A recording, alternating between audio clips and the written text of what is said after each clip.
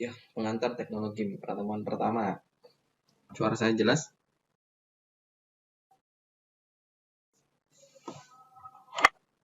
Jelas ya? Teknologi game.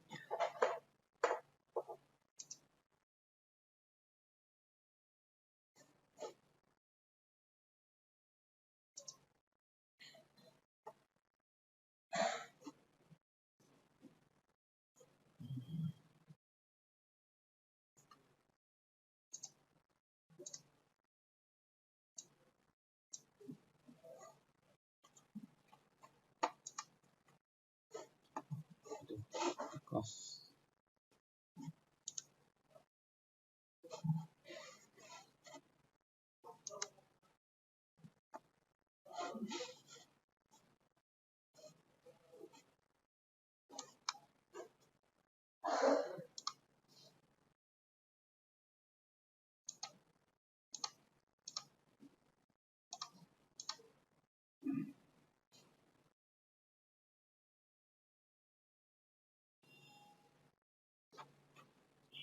Ya, teknologi yang kita kenal sebenarnya berasal dari bahasa Perancis, teknik yang dapat diartikan semua proses yang dilaksanakan dalam upaya untuk mewujudkan sesuatu secara rasional.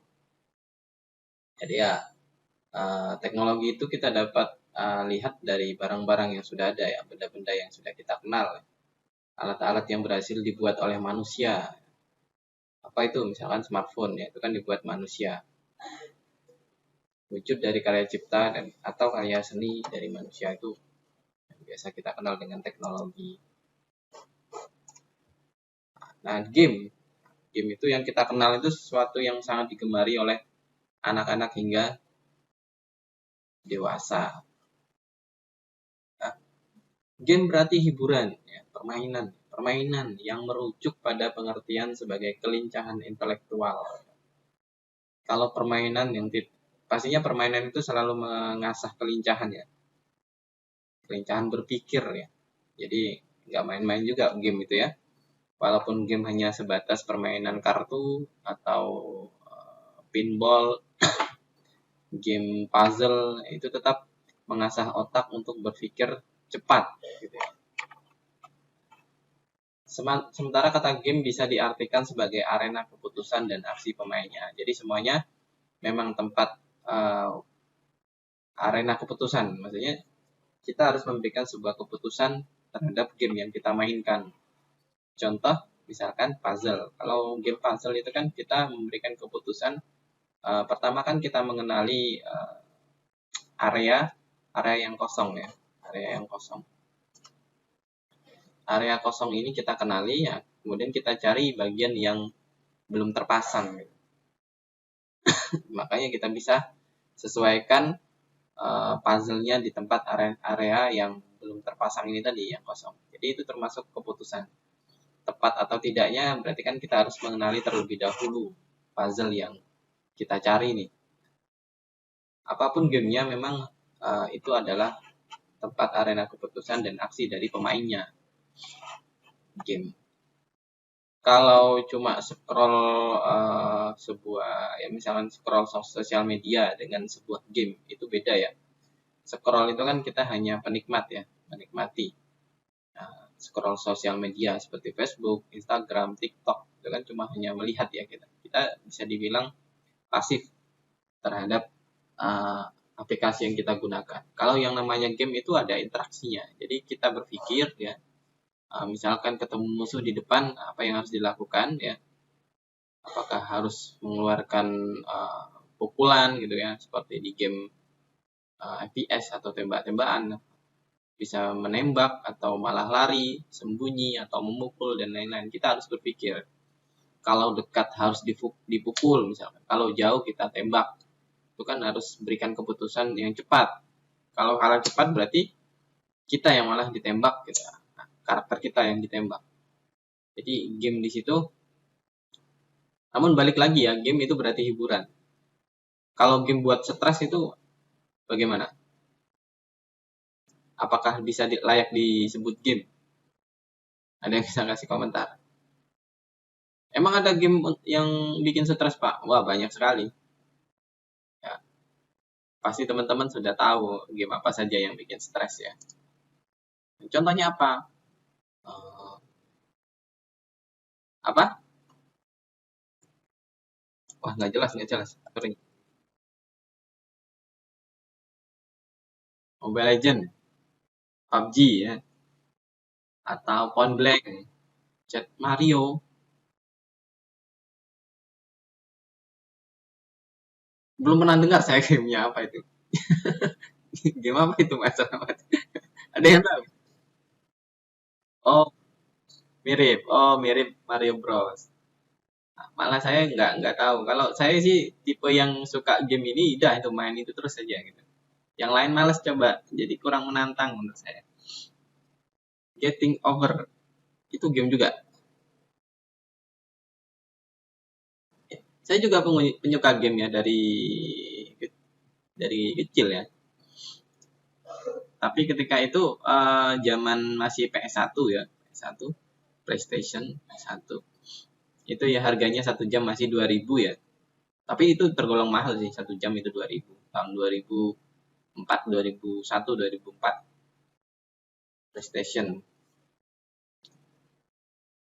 Jadi game berarti hiburan. Kalau banyak kata-kata kasar keluar karena game, nah itu berarti bukan game yang sesungguhnya. Maksudnya itu over bagi anak-anak yang sampai mengeluarkan kata-kata kasar karena kesal dan sebagainya. Pernah saya ke warnet gitu ya, pengalaman pribadi sih, ke warnet untuk ngeprint ya, kita mau browsing saya ini.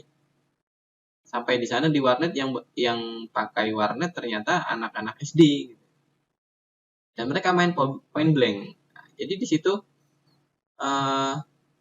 mungkin karena kelincahan intelektualnya tidak memadai atau tidak istilahnya ketika anak kecil bermain sebuah game Point Blank itu kan FPS yang butuh kelincahan yang tinggi ya.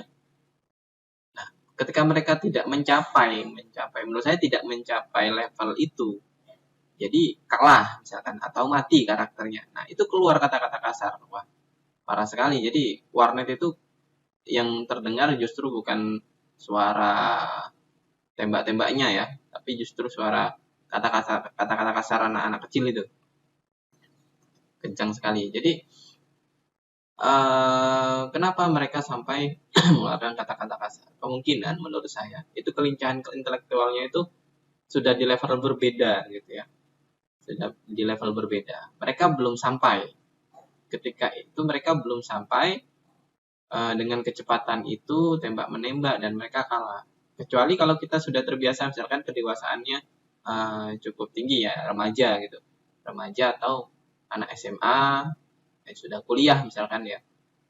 Itu kan mereka sudah matang dan kecepatan sinkronisasi antara otak dengan jari itu kan tinggi ya. Apalagi si user Fanny atau Lucian gitu kan. Nah, fast hand kata orang kan. Nah, itu mereka cepat gitu ya, cepat. Nah, itu kemungkinan ketika cepat mereka tidak mengeluarkan kata kasar sebagai ungkapan kekesalan dan lain-lain.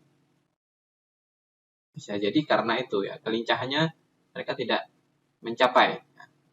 Nah, untuk itu kenapa harusnya game itu memang disesuaikan dengan umur.